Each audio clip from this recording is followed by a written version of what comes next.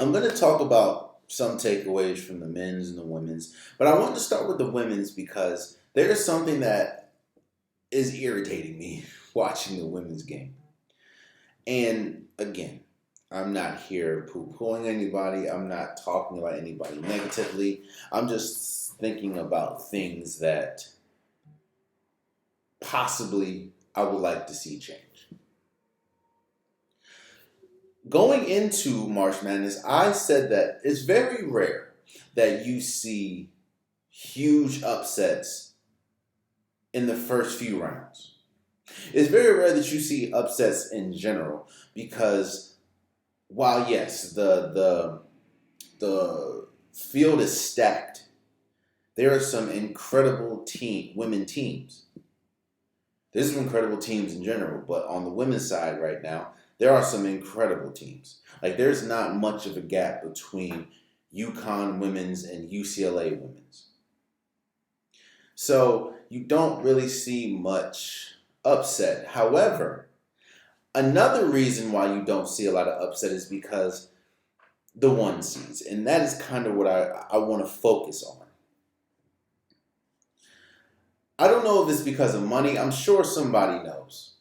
And somebody will get my comments and tell me exactly why. But why is it that the number one seeds or the higher ranked seeds get a home court game until Sweet 16?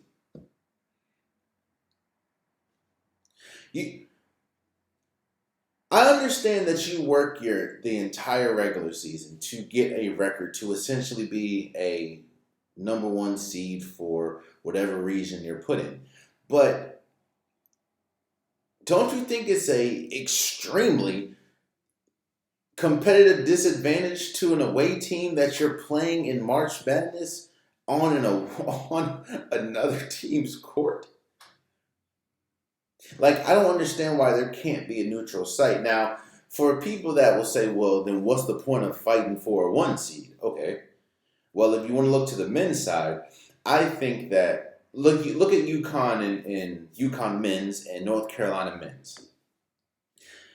Both of them are one seeds in their region. UConn gets the advantage of playing in Brooklyn, which is about 2.5 hours from Connecticut. North Carolina is playing in Charlotte, which is about an hour and a half to an hour from Chapel Hill. Still get the benefits of being a number one seed, but it's not, who did they have to play? It's not Alabama having to come and play in Chapel Hill, or it's not Michigan State having to come play in Chapel Hill, or it's not I don't know, let's just say Grand Canyon or something, have to go to Connecticut to play. To me, the advantage is you're a one seed. You're a better seed. Why am I watching South Carolina just completely destroy North Carolina in South Carolina as far as on their home court? Why can't they play, I don't know, at Clemson or something? Well, look, all I'm saying is this, man, and I'm not trying to take away from anyone. I think that, the women seed or the one seeds and wherever you were seated, you definitely worked for that advantage. But we've already expressed that there's a lack of upsets, and I'm not saying that we're playing for an upset, but that quiet as it's kept, that's why a lot of people watch, because they want to see upsets. Don't you think it would make the game better? Now, I don't know if it's finances, I don't know what it is, but don't you think it'll make the game better if, kind of like the men's side, is a neutral site? And if you want to reward the one seeds from being one seeds, then let them play in their state, just not at their home. Like, I just think that it's a competitive advantage for a one seed, especially when you're dealing with a one seed like Iowa, or you're dealing with a one seed. Oh, I'm glad I said that. Did you see that Iowa West Virginia game? And did you see how many calls that were questionable that could have been 50-50? Did you see how many calls went to Iowa because they were at home? Now, again, I'm not saying anyone was cheating. I'm not saying any of that. But what I'm saying is that is the risk that you run. There's a lot of people questioning a lot of the calls at the end of the Iowa West Virginia game. And I'm almost sure that some of those calls may not have been made, or some of those calls could have been differently that were 50-50 if it was on a neutral site. Now, we have seen some incredible games. We have seen some fantastic finishes, and we've seen some upsets. I mean, Ohio State lost to Duke. Shouts out to Duke. They beat Ohio State. So I'm not saying that, you just get a huge advantage playing at home. But when you're a 1 seed or when you're at home, it is an advantage. So I just don't understand why it can't be a neutral site game, just like the men's side. Maybe it's finances. I don't know.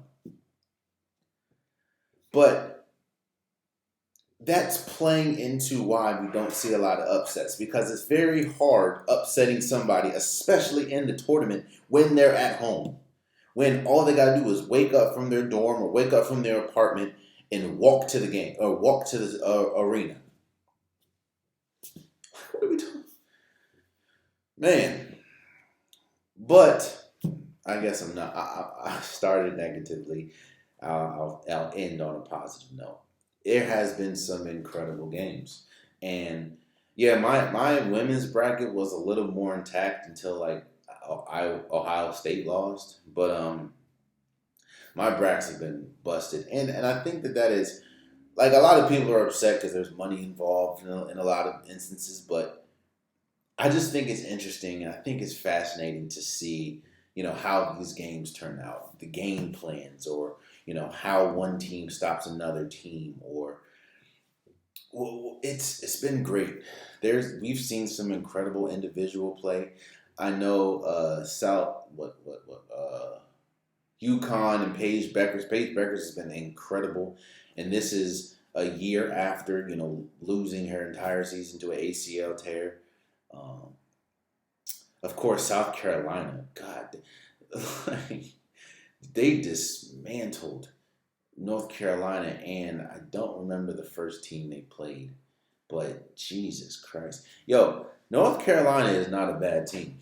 Like, North Carolina is, I think they were an 8th seed. Like, they are a pretty good team, and when they played up against South Carolina, they looked like, it looked like one looked like a JV team, the other one looked like a varsity team. That's just how it looked. It's just, shouts out to Tennessee. They did lose, but oh man, I forgot her name, but she was going crazy. And that mom, that one of her daughters played for UNC, the other one played for Tennessee, I believe. It's always great, the stories that the NCAA and March Madness wraps their hand around, or wraps their arms around. I think it's great. We've seen some incredible basketball. Oh man, you stayed to the end of the video. I appreciate you. If you like what you saw, be sure to hit that subscribe button so you'll never miss any content from your boy. You can also go back and watch past episodes, past clips, and don't forget that the Unpopular Podcast, new episodes drop every Wednesday and Saturday. Appreciate you.